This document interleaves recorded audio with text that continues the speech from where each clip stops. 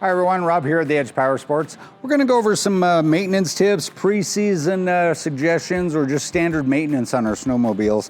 We get a lot of questions on, especially from newer pilots out on these. It's kind of a new environment. What do they need to pay attention to? What are some things that can go a little wonky, or just standard maintenance on the unit? So we're going to kind of point out some goodies here that will definitely come in handy.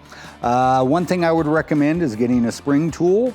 This one's a little more heavier dutier, so it's a lot easier to pull the exhaust springs. There are some smaller ones that you can get, but typically I kind of fight with these just because you don't get quite the leverage on it. So I would definitely recommend a larger spring tool like that. You can go to any shop that sells snowmobiles. We sell them here.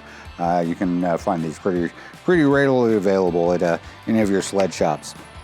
Then the other thing I would recommend is just a standard fish scale here. So this is something you could pick up at any angler store. You could probably order one of these from one of the parts suppliers for your sled dealer or whatnot, and they can order one up for you. Or you can just go to a little shop that sells fishing supplies, and you can find yourself a fish scale on that. This one actually does adjust to where you can set the weight setting on it, to where typically 20 pounds is what we're looking for on our sleds, and then you can pull it down to that measurement right there, and that's going to give you a true aspect on that. So, and we'll kind of go over some of those things that we want to look for. So up on just looking in the system here, one of the reasons we really want to get a spring tool is because if we have to replace the spark plugs, they're really kind of a bear to get to if you don't pull the exhaust.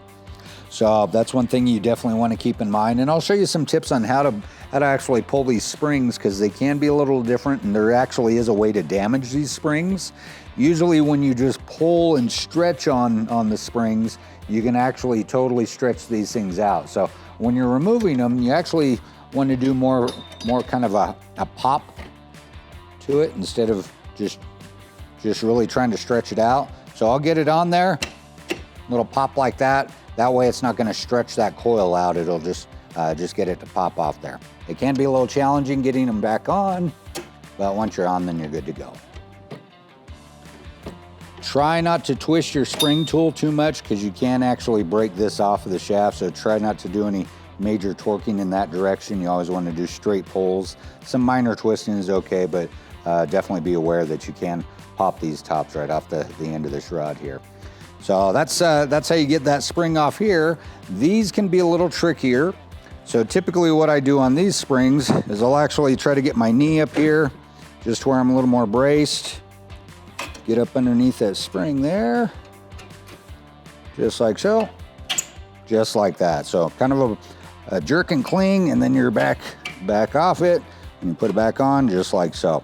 But it does help put your knee there just to kind of keep that down, especially when you get to the second spring and that's the only thing that's holding it on. That way you're not lifting it up out of its cradle while you're trying to pull on that spring. So little tips like that help. Now some things that you're going to be looking for on some terms on skags, high faxes. Some of these terms might be a little unfamiliar. So your skags are these carbide rails that are up underneath your skis here. So that's going to help cut through the ice and give you a little more of a bite on it. So those carbide rails, they can wear out after a while. So it's a good idea to check them. That's part of your pre-season check. We definitely check that out when you bring your machine and have us scope it out. Sometimes they have to be replaced. They are a wear item, so keep that in mind. So the easiest way to check it, sometimes if you've got a person to help you out, you can have them look at the skag as you pull the sled over. So you can just pull it over like this. Then you're gonna have someone take a look at that skag rail up underneath it. Now, this one does have the poly shoes on it, so we don't scratch up our marble floor here, but that's how you can actually scope those out.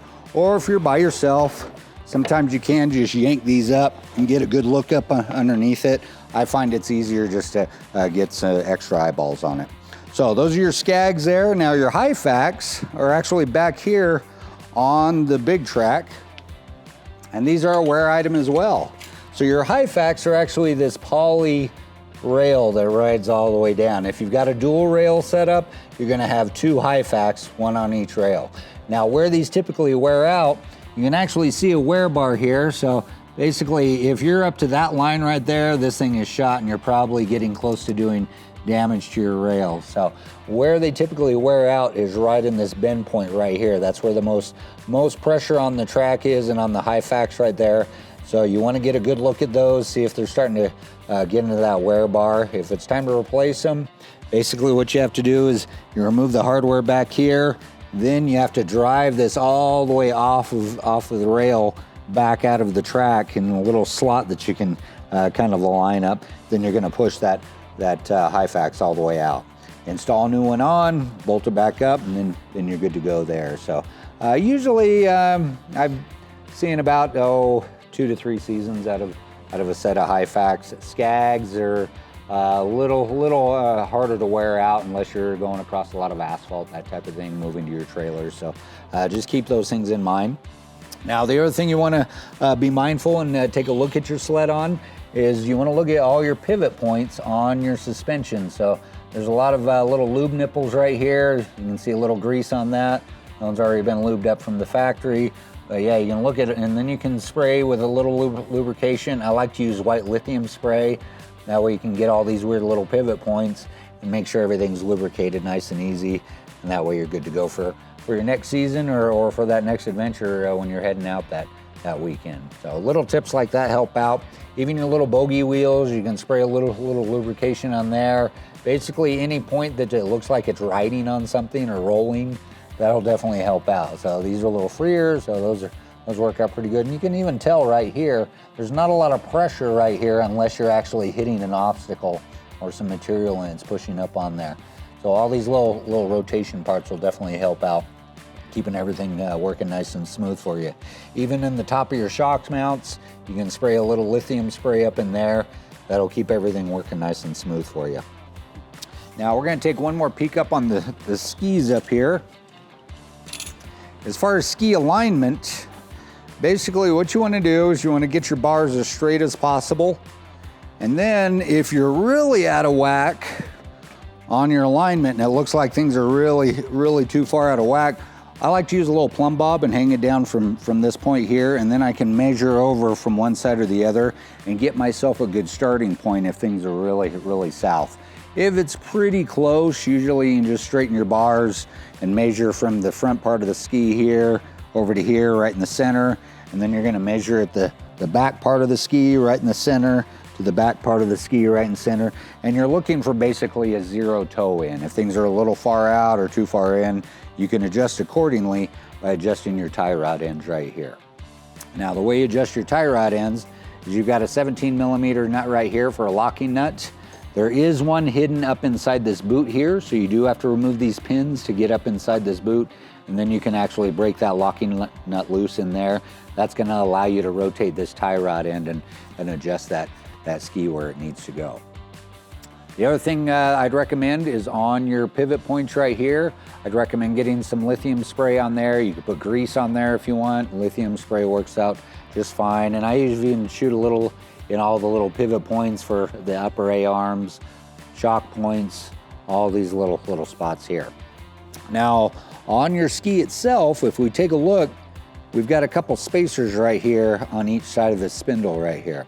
You could actually narrow the ski up or widen it up just by moving one of these spacers from one side to the other. So you could take that spacer and double it up on that.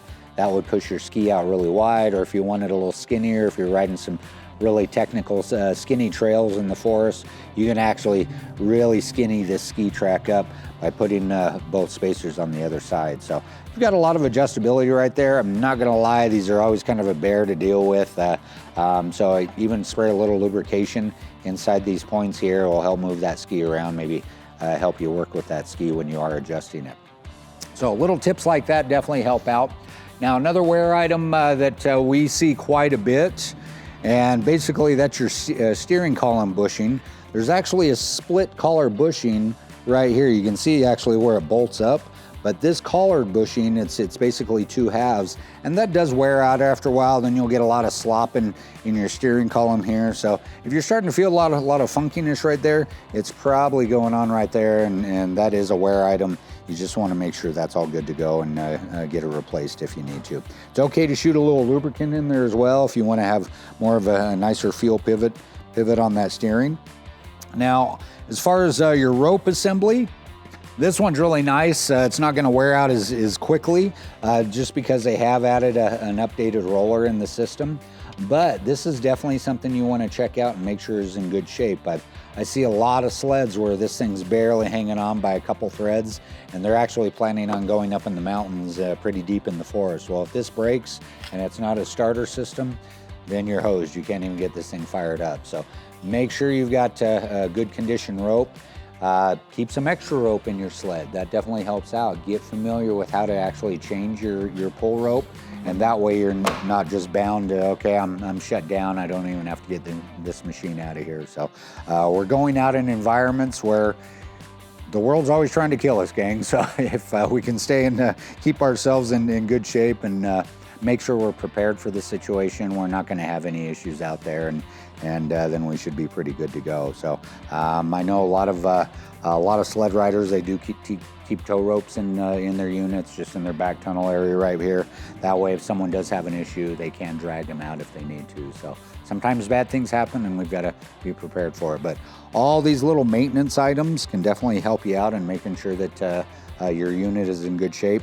Now, since this one does have the belt drive unit on the case unit here, I'm actually going to show you one that actually just has a normal chain case that's sealed, that actually keeps fluid in it for a chain case. So, okay, we had to pop outside. I did show you a belt drive unit on our chain case unit. It's actually not a chain, it's a belt.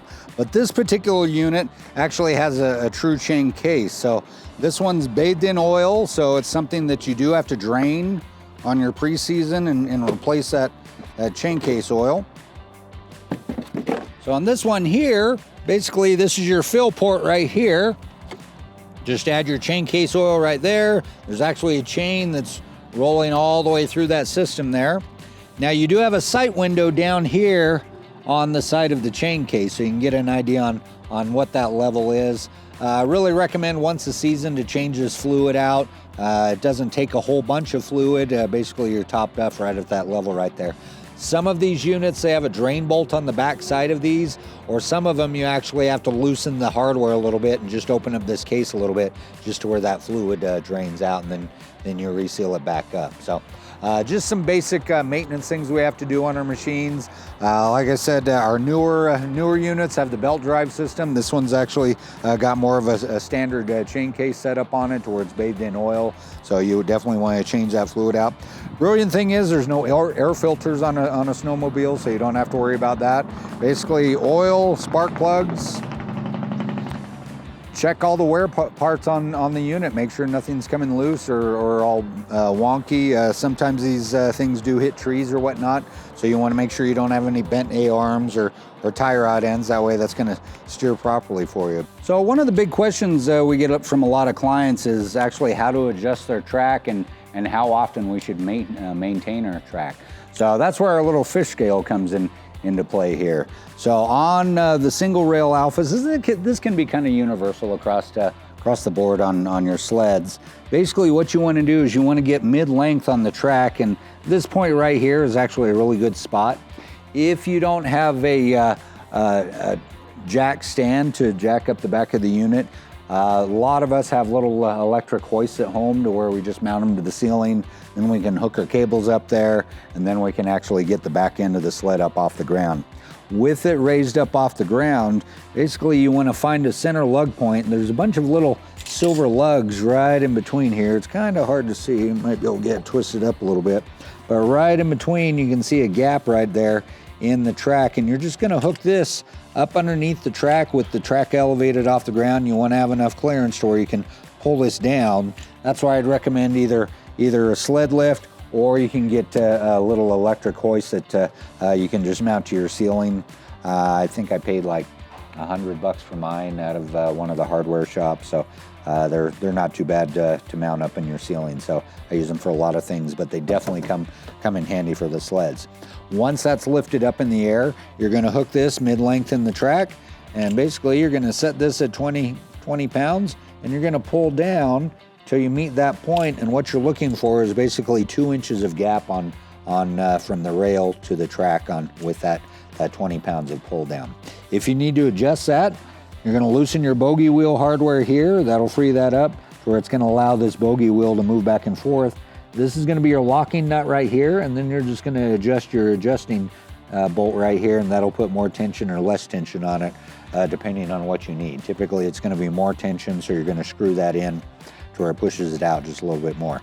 Once you've got that specific set, you're going to lock everything down, and then you're good to go on it. So a pretty simple setup on these. The alpha rails are a little easier than the dual track. If you have a dual track setup, you're actually going to have, or a dual rail setup I should say, you're actually going to have 2 of these adjuster bolts, 1 on each rail. The big thing is you want to have those set equally. So typically what I'll do is I'll actually measure the length of that bolt on how far it's out. Once I've got one kind of set and I like it, then I'm going to equal that distance on the other bolt. You'll have to fire the machine up with it off the ground, let that rotate a little bit, and you're looking for an equal spacing from here to here. Same on the other bogey wheel, and like I said, this is if you've got a dual rail system. That way your track isn't trying to walk off one side or the other.